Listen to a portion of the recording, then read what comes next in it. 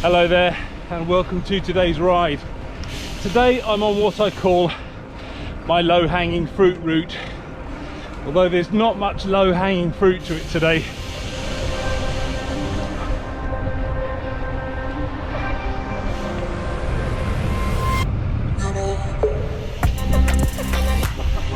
The reason I call it my low-hanging fruit route is because it's relatively easy. It's 50 kilometers on a fairly flat route, and that's kind of what I need today. It goes out west from where I live, and then I head for home, and because there's usually a westerly wind, that gives me a bit of a tailwind. But today it's proving a little difficult, and I don't really know why.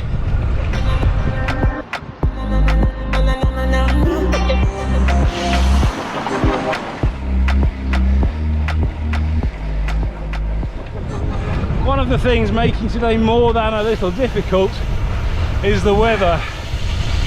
Even though it's the middle of June, as you can see, it's very cloudy, grey, overcast, and more than a little bit on the cool side. It's about 14 degrees Celsius, and that's even a bit too cool for the UK this time of year. And then of course the other thing is the wind. It's really strong again today, but hopefully, like I say, it will be a tailwind when I get to Wickham.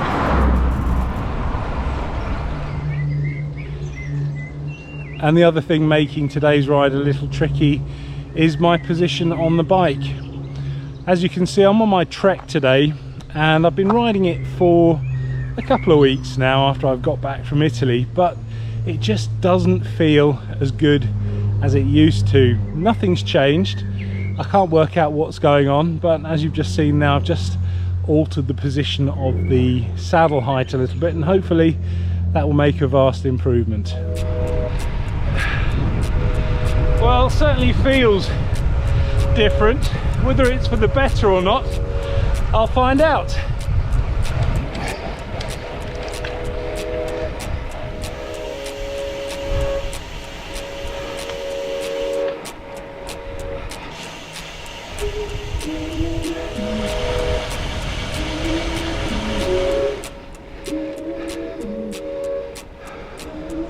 My first little climb of the day up Pittimore Lane, and I'm just going to take it nice and easy.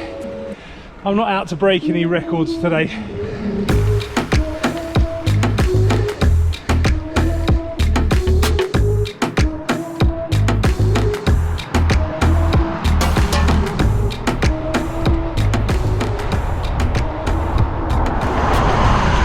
Of course, the issue could be that I've been riding my Trek quite a lot over the last couple of weeks, particularly out in Italy, and the position on that feels absolutely perfect.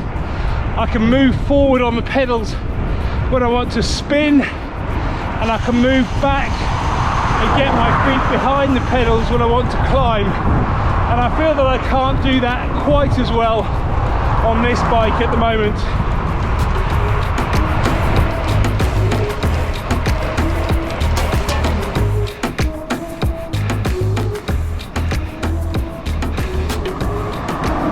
This is the climb of Mud Island, just between Borant and Wickham, and it's another one of my little favourites because it's about 4%, 500 metres or so, and it's just a lovely kind of easy spinny climb.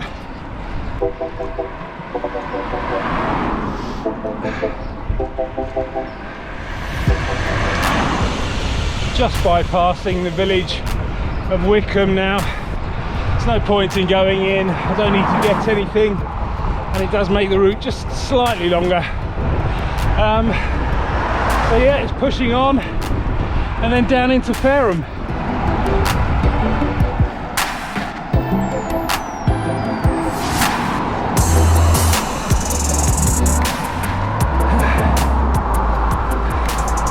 Just doing probably the toughest climb of today's ride, up Hodes Hill, and even that's not too bad.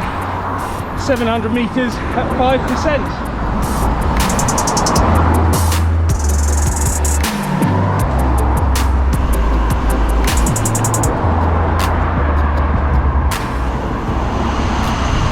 Unfortunately, from here it does get a little bit busy and a bit more built up, but believe it or not, this is the part of the ride that I was looking forward to, because it's more or less flat and I've got the wind behind me, and that's what I felt I really needed today. A couple of kilometers just doing that sort of riding.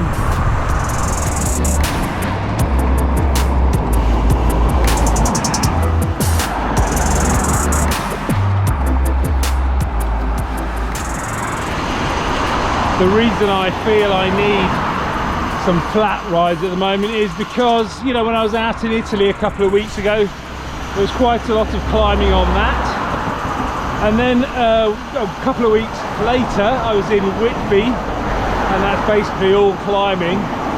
And then since I've been back home over the last week, the rides I've done have been the very short, just 1 kilometre ones to fulfill the Woodruff Challenge. So today's my first opportunity to get out and do something a bit longer, and I just wanted it to be, you know, not too difficult but not dreadfully easy either.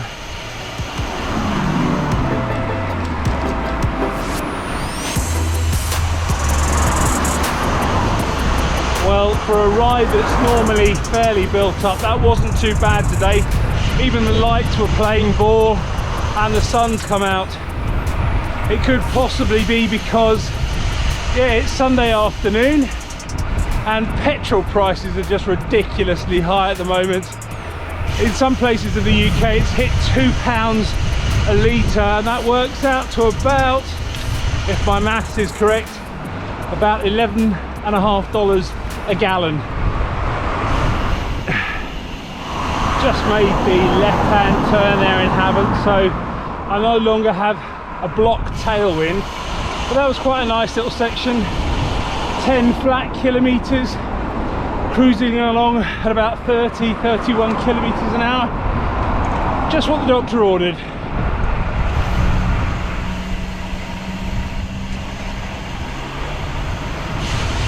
That's better. I'm back on the quieter country roads now. Not too much further to go. Another 6 k's or so, and then I'll be home and enjoying a cup of tea.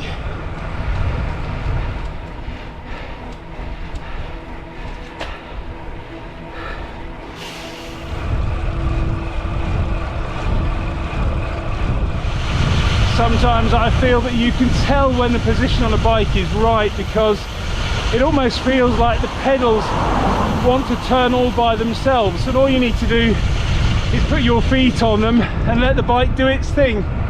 Sadly, it hasn't felt quite like that today.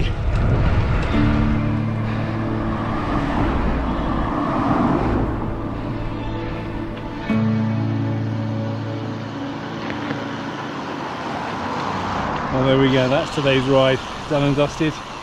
54 kilometers in the bank of fitness, which is slightly further than I thought it was going to be. And part of the reason for doing it, other than getting the long flat stretch, was just to see how I felt at the end of 55 kilometers.